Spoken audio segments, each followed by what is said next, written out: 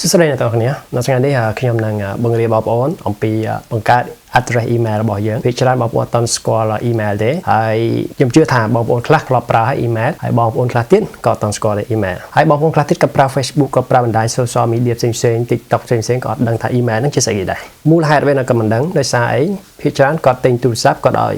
ខាងទូរស័ព្ទគេបង្កើតឲ្យអញ្ចឹងគាត់លេងថាគេបង្កើតឲ្យថ្ងៃណាមួយគាត់ភ្លេច account ឬក៏ថ្ងៃណាមួយទូរស័ព្ទគាត់បាត់ថ្ងៃណាមួយឬក៏ទូរស័ព្ទគាត់ខូចអញ្ចឹង account របស់គាត់ដូចជា TikTok Facebook ឬក៏ Instagram ឬអីផ្សេងៗទៀតដែលវាចងបណ្ដុំដោយ email យើងហ្នឹងគាត់ត្រូវបានបង្កើតថ្មីម្ដងទៀតពេលគាត់ទិញទូរស័ព្ទថ្មីអញ្ចឹងថ្ងៃនេះខ្ញុំនឹងបញ្យល់បងប្អូនដែលអត់ទាន់ស្គាល់ email address ខ្លួនឯងពីព្រោះ email គឺសំខាន់មែនទែនដើម្បីយើងគ្រប់គ្រងរាល់ account របស់យើងដូចជា Facebook TikTok Instagram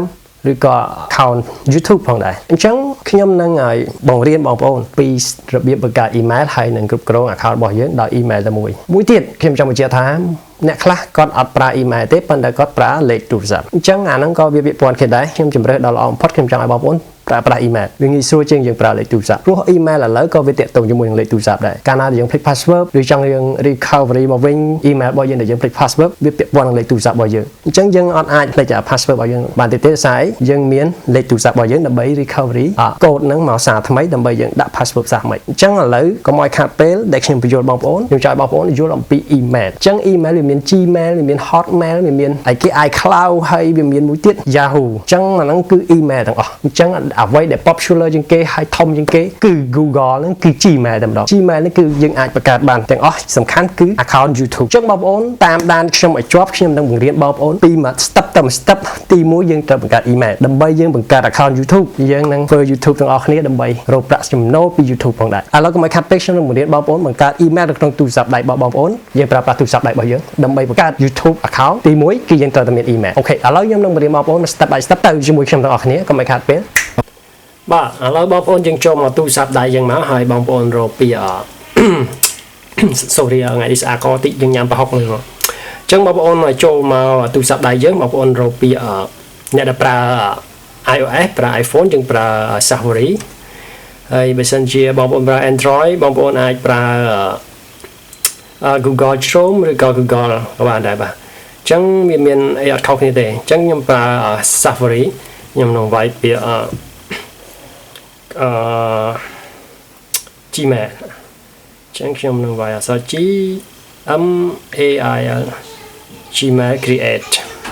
ចឹងដាក់ create ចុច go ចឹងបងប្អូននឹងឃើញ email account យ៉ាងនៅខាងលើឥឡូវខ្ញុំវាយចូល email creating ហ្នឹងបន្ទាប់មកយើងនឹងចូលមកកន្លែងដែលនេះcreate a Gmail account ចឹងបងប្អូនចុចកន្លែងហ្នឹងទៅចឹងវាមកវាមានឲ្យយើងពាក្យ sign in sign account ចឹងយើង create account យើងទៅហើយបងប្អូនអានេះគឺយើងប្រើលេខទូរស័ព្ទចឹងលេខទូរស័ព្ទយើងក៏សារៈសំខាន់មែនទែនដែលយើងត្រូវការប្រើលេខទូរស័ព្ទដូចគ្នា email នោះចឹងយើងដំបូងតើយើងមាន address របស់យើងមិនយើងអាច sign in នឹងចូលបានចឹងយកតាម email ទៅយើងថ្មីគេហៅថាយើងអ្នកថ្មីចឹងយើងចូលមកកន្លែងនេះបងប្អូនអក្សរ creative account ចឹងបងប្អូនចុចកន្លែងហ្នឹងមក create ហ្នឹងមកហើយវាសួរយើងទៀតយើងធ្វើនឹងសម្រាប់អីគេផ្ទាល់ខ្លួនប្រើប្រាស់ខ្លួនប្រើប្រាស់សម្រាប់កូនក្មេងឬក៏ប្រើប្រាស់សម្រាប់ការងារ business របស់យើងចឹង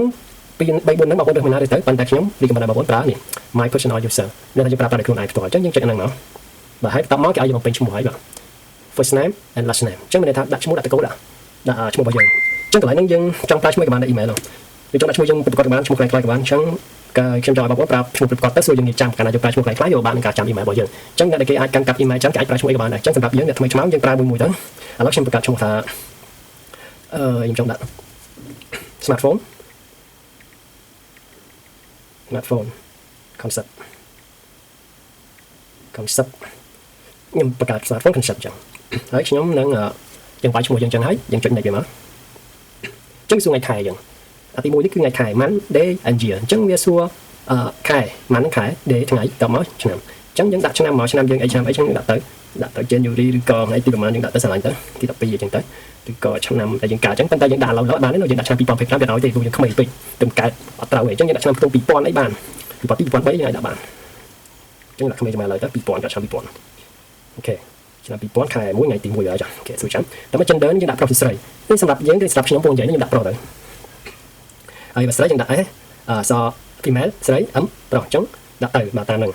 មិនដាក់ custom ទេគេថាទៅអញ្ចឹងយើងចុចនេះទៀតមកឥឡូវ email វាឲ្យយើងឈ្មោះនេះវាមានជម្រើសយើងរើសទី1វាដាក់ concept smartphone ហើយលេខមួយទៀតវាដាក់ smartphone concept 7 ចឹងយើងយកអាណាដែលងាយស្រួលចាំចឹងទៅណាយើងបាត់យកវិញទេចឹងខ្ញុំយកទី2នេះចុះទី2នេះទៅខ្ញុំដាក់យក7ហ្នឹងទៅចឹងខ្ញុំនឹងចុច next វាបាទតមកទៀតវាឲ្យយើងចូលនេះ create a strong password មានន័យថាឲ្យយើងបំពេញនៅព័ត៌មានលេខសម្ងាត់របស់យើងណាចឹងយើងនឹងបំពេញលេខសម្ងាត់របស់យើងចឹងយើងត្រូវ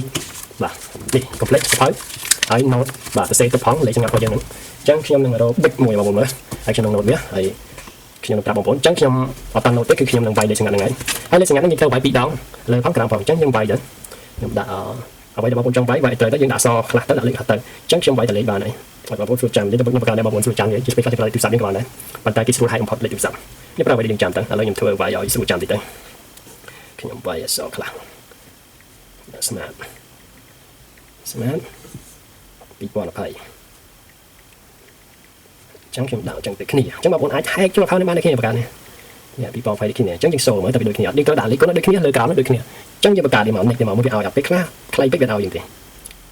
ណាអូខេឥឡូវវាឲ្យលេខសម្ងាត់នេះវាអាចដាក់បានចឹងវាឲ្យយើងប្រើលេខទូរស័ព្ទមួយខ្សែទៀតចឹងលេខទូរស័ព្ទមានសារៈសំខាន់មែនទេបងប្អូនលេខទូរស័ព្ទសារៈសំខាន់មែនទេចឹងយើងប្រើលេខទូរស័ព្ទទៅឥឡូវខ្ញុំប្រើលេខរបស់ខ្ញុំទៅ782 738 66ហើយខ្ញុំនឹងចេញលេខវាបន្តិចទៀតវានឹងផ្ញើសារចូលលេខទូរស័ព្ទយើងណាបាទវានឹងលោតសារចូលមកញ៉ាំគេបងប្អូនវាលោតណាចឹងយើងចុចអាសារហ្នឹងដើម្បីយក copy អាលេខកូដហ្នឹងមកនេះលេខកូដយ៉ាងហ្នឹងយើង copy អាហ្នឹងមកបាទ copy វាហើយយើងរត់ទៅរក email យើងបង្កើតវិញហើយយើងក៏ផាសវាលើហ្នឹងមកចុចផាសវាបាទផាសវាហើយចុច next វាមកចឹងខ្ញុំមិនដាក់បងប្អូនទេខ្ញុំបង្កើតឲ្យបងប្អូនយល់បន្តមកទៀតវាសួរយើងមាន email អីមួយទៀតសម្រាប់ recover វាអត់ហើយ recover នេះគឺមានន័យថាបើសិនយើងពេច password យើងអាចមាន email មួយទៀតដើម្បីស្ដាប់ password ដែលយើងពេចនោះអញ្ចឹងខ្ញុំអត់តាន់ដាក់វាទេព្រោះបងប្អូនបង្កើតថ្មីក៏តាម email ដែរអញ្ចឹងយើង skip វាមកនេះចុច skip វាទៅឥឡូវខ្ញុំដាក់ email យើងនេះខ្ញុំដាក់ smartphone concept 7@gmail.com បងប្អូនឃើញទេអញ្ចឹងខ្ញុំចុច next វាទៀតអូខេឥឡូវវាឲ្យយើងប៉ុណ្ណាហើយវាឲ្យមើលព័ត៌មានរបស់វា privacy របស់វា title របស់វាមានន័យថា